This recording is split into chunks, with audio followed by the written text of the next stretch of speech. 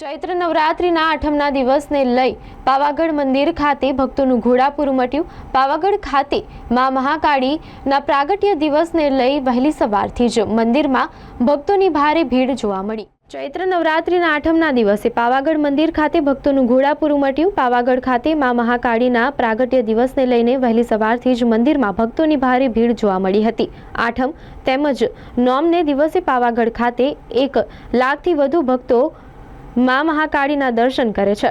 પાવાગઢ ખાતે આઠમને લઈને વિશેષ હવન તેમજ મા મહાકાળીના દર્શનનું મહત્વ રહેલું છે। વહેલી સવારે 4 વાગ્યાથી મંદિરને ભક્તો દર્શન કરી શકે તે માટે ખુલ્લું મુકાયું છે।